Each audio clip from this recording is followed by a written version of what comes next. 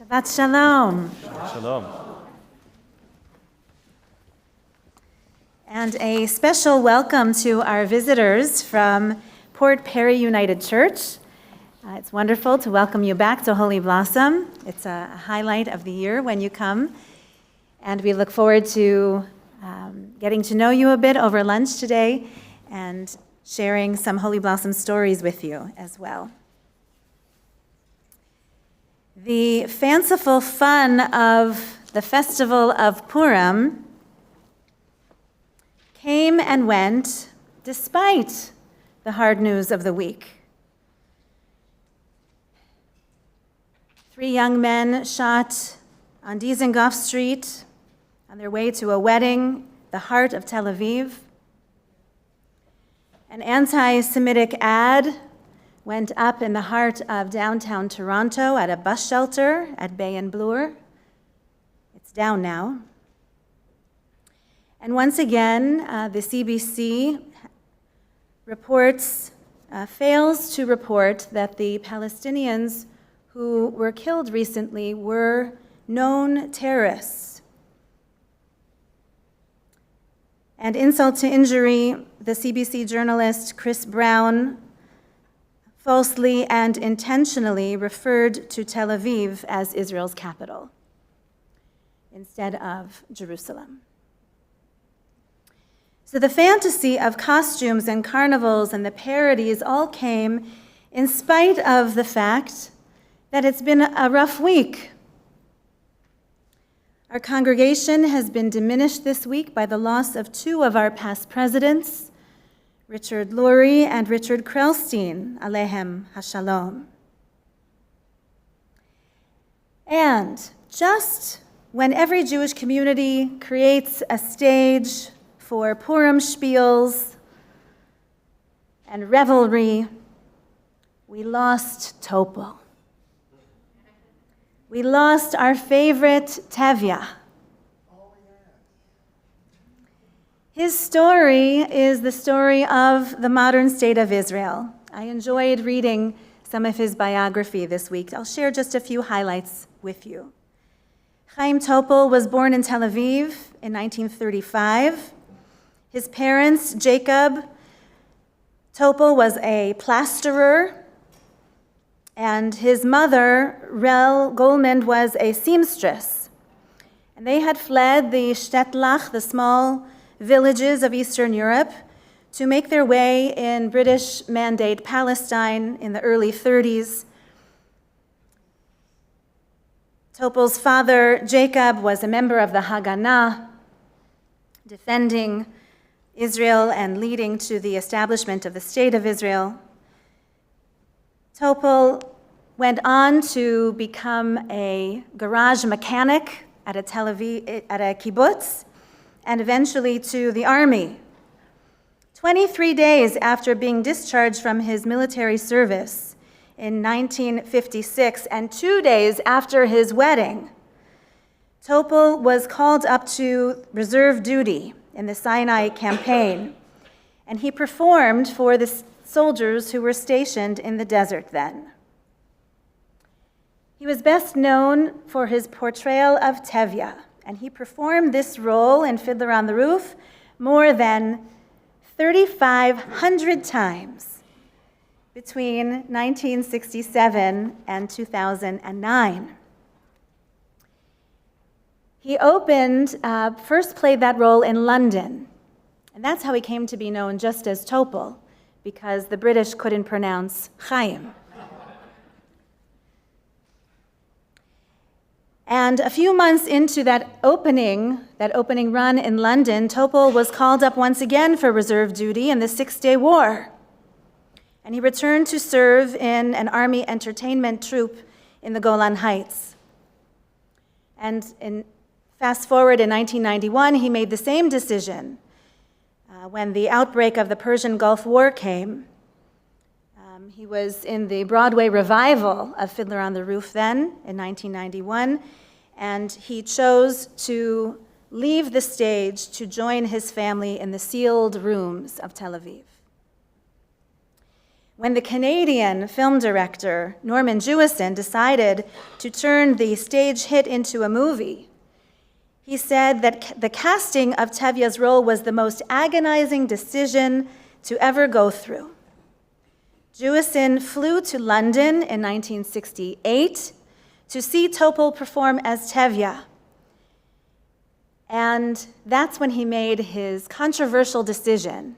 Jewison chose Topol over Zero Mostel, over Danny Kaye, who wanted the part, over Danny Thomas and Walter Matthau and Richard Burton and even Frank Sinatra, who all wanted the part. Topol went on to make 30 films in Israel and the United States, including a James Bond movie. I didn't know that until I read it. And he played the part of Flash Gordon, who knew? At the height of his fame, the Jerusalem Post referred to Topol as Israel's most famous export since the Jaffa oranges. He won all kinds of awards. He was nominated for an Academy Award and a Tony. And since his death this week, presidents and prime ministers have been praising his name and his contributions. But according to Topol himself, the most important thing he ever did in his lifetime, he said, was to found Variety Israel, an organization that served children with special needs, and the Jordan River Village, which is a year-round camp for Arab and Jewish children with life-threatening illnesses. That, he says, was his greatest accomplishment. In 2015, he received Israel's highest prize, the Israel Prize for Life Achievement. And he said famously, "I did fiddler a long time, thinking that this was the story about my people, the Jewish people. But now, in 2019, when interviewed, he said, I have been performing all over the world. And the fantastic thing is that wherever I've been, in India, in Japan, in England, in Greece, in Egypt, in every place I have performed the role of Tevye, people come up to me after the show and say, this is our story as well." What do we love about Topol? What do we love about Topol's portrayal of Joseph Stein's portrayal of Shalom Aleichem's portrayal of Tevye the milkman? We love him because he is so very human. We love him because he reminds us of ourselves. He is both tough and soft. We love him because he sometimes gets angry. We love him because he can shrug his broad shoulders at life's sudden twists and turns. We love him because he is hardworking and poor. He said once to God, "You made many, many poor people. I realize, of course, it's no shame to be poor, but it's no great honor either. Now, what would be so terrible if I had a small fortune?" And when he gets angry, Tevye says, "When I get angry, even flies don't dare to fly." Sometimes he gets angry with himself. Sometimes he gets angry with his family. Sometimes he gets angry with his enemies. But most of all, it seems, he gets angry with God.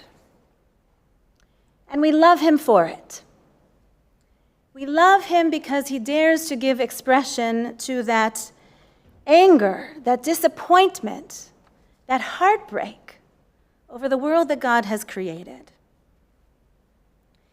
We love him also because he was critical of tradition, saying, "You may ask, how did this tradition get started? And I'll tell you, I don't know." And simultaneously, he was respectful of Jewish tradition, saying, "It is because of our traditions, every one of us knows who he is and what God expects him to do." So about that anger. Tevye says, "It may sound like I'm complaining, but I'm not. After all, with your help, I'm starving to death." And Tevye says to God, "Sometimes I wonder when it gets too quiet up there, if you are thinking to yourself, what kind of mischief can I play on my friend Tevye?" And Tevye says to God, I know, we are your chosen people, but once in a while, couldn't you choose someone else?" This kind of prayer we learn first from Avraham Avinu, from Abraham our father. And it is a very Jewish trait that continues throughout Jewish time and across all of Jewish space. It is a great Jewish tradition, this holy chutzpah, this sacred gumption, this irreverent reverence, this faithful questioning, this devotional challenging. Hillel Halkin, the Yiddish poet, imagines that God says, "When you praise me, I know you love me. And when you curse me, I know you love me. But if you neither praise me nor curse me, how will I know that you love me?" And if that weren't chutzpahdik enough to write a script and put it into God's mouth, so to speak, Hillel Halkin, the great Yiddishist, was basing those words, that script, on the ancient rabbis who said an even greater chutzpah, a script they also put into God's mouth, saying, "When you praise me, I am God. When you curse me, I am God. But when you do not praise me, nor curse me, it is as if I am not God." The worst thing for God is to be ignored. Praises and curses put us in direct relationship with God, that covenantal relationship that Rabbi Kay spoke of. I want to show you where it shows up in our parsha, those words we just heard moments ago chanted. If you turn back to page 588 in the Plough Torah commentary, you'll see, or you can just listen, how Moses takes on the language of argument. He takes on the role of the defense attorney of the Jewish people, and he is very bold and chutzpahdik in doing so.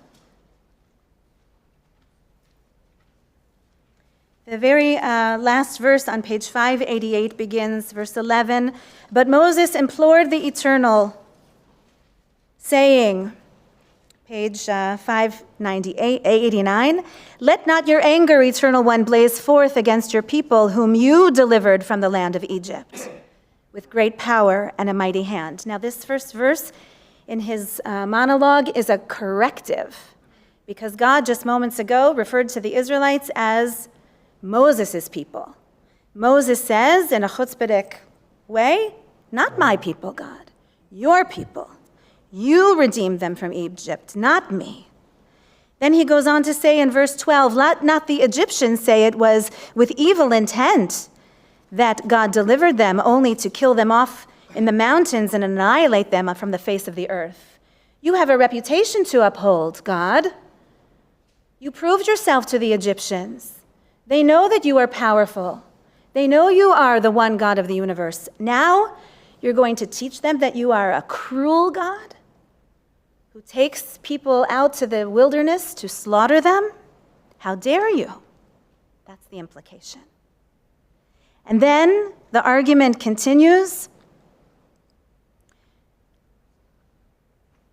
Verse 13, remember your servants, Abraham, Isaac, and Israel, how you swore to them by yourself, and you said to them, I will make your offspring as numerous as the stars of heaven, and I will give to your offspring this whole land of which I spoke to possess forever.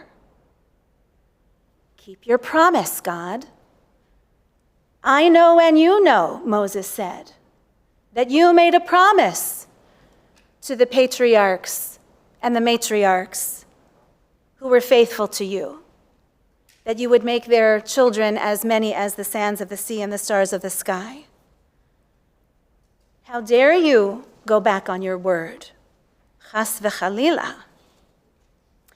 Now, we don't know which one of these arguments led to God's final decision, or maybe it was the combination of these arguments. But verse 14 affirms for us that God renounced the punishment which God had planned for the people.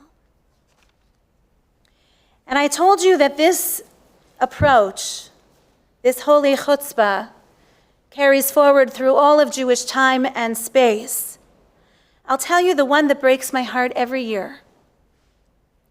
It's a piyut, it's a liturgical poem, a poetic prayer written for the high holiday season, when we sing in that heartbreak melody, Shomer Yisrael, guardian of Israel, Shemor Sherit Yisrael, protect the remnant of the people Israel. And here comes the chutzpah, Ha'omrim Shema Yisrael. Protect the ones who say Shema Yisrael. For without witnesses to testify to your oneness, it will be as if there is no God. So sustain us, protect us, guard us, so that we can continue to praise your name. And we see this throughout the weekday liturgy. You know, weekdays are for business and negotiation, and so we use the language of negotiation in our prayer, in our weekday prayer. Not so much on Shabbat, because we don't do business on Shabbat. But during the week, we refer to God, Baruch Atah, Chanun Hamarbel Isloach. You are the one who graciously extends forgiveness. Now, this could be understood as a matter of fact and faith. We have confidence that you, God, are the one who extends graciously forgiveness. You are forgiving, you will forgive us. We could understand this statement, this Baruch Atah formula, as a reflexive instruction, because we are created in the image of God and God is forgiving, so must we strive to be forgiving. That prayerful language of the weekday Amidah does play that part, but it can also be understood as holy chutzpah. Only you have the divine attribute of ultimate forgiveness. You are a forgiving God, so do your job. I am here, standing in your presence, reminding you of what you said in this week's Torah portion. El Rachum v'Chanun Erech Apayim, and so on.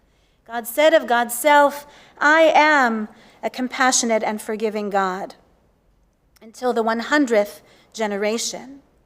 So keep your promise. We refer to God, Ha-Rofei HaCholim. God is the healer of the sick. So do your job. Someone I love is hurting. We refer to God as Mikabetz Nidchei Amo Yisrael. God is the one who holds the people of Israel together. So do your job, because my people are in the streets, shouting at one another, angry with one another, furious with one another. So hold your people Israel together. We refer to God as Ohev Tzedakah Umishpat. God is the lover of righteousness and justice. So let the Supreme Court of Israel do its job in bringing righteousness and justice to the land of Israel. We call God Bonei Yerushalayim, the one who builds up the holy city of Jerusalem, and Shomea Tefillah. You are the one who hears our prayers. There is one thing we do ask for on Shabbat over and over again, even if it resembles the language of business negotiations. We say it anyway, and this is where I'm going to conclude. You know these words well. Oseh shalom bimromav, hu ya'aseh shalom aleinu va'al kol Yisrael, va'al kol yoshvei tevel. May the one who causes peace to reign in the high heavens let peace descend on us, on all Israel, and all the world. Do your job, God, as only you can do. We will do our part to bring peace to this world, right here where we live and in far-off places like Ukraine. And in our own land of Israel. But you must do your part as only you can. Baruch atah Adonai, oseh hashalom.